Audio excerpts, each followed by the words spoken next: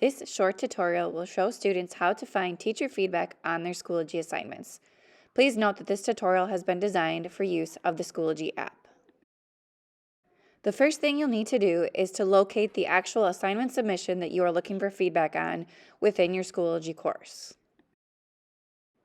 Once you've opened up the assignment submission that you're looking for, click on the Submissions tab located at the top of the screen.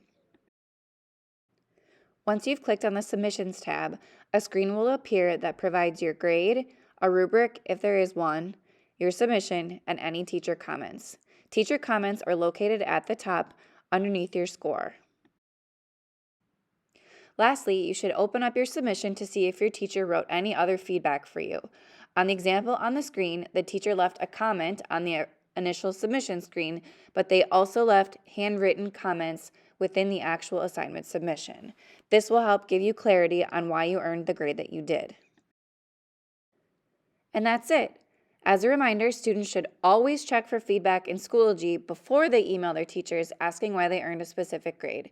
Chances are, if you did not earn a high score, your teacher left feedback for you within Schoology.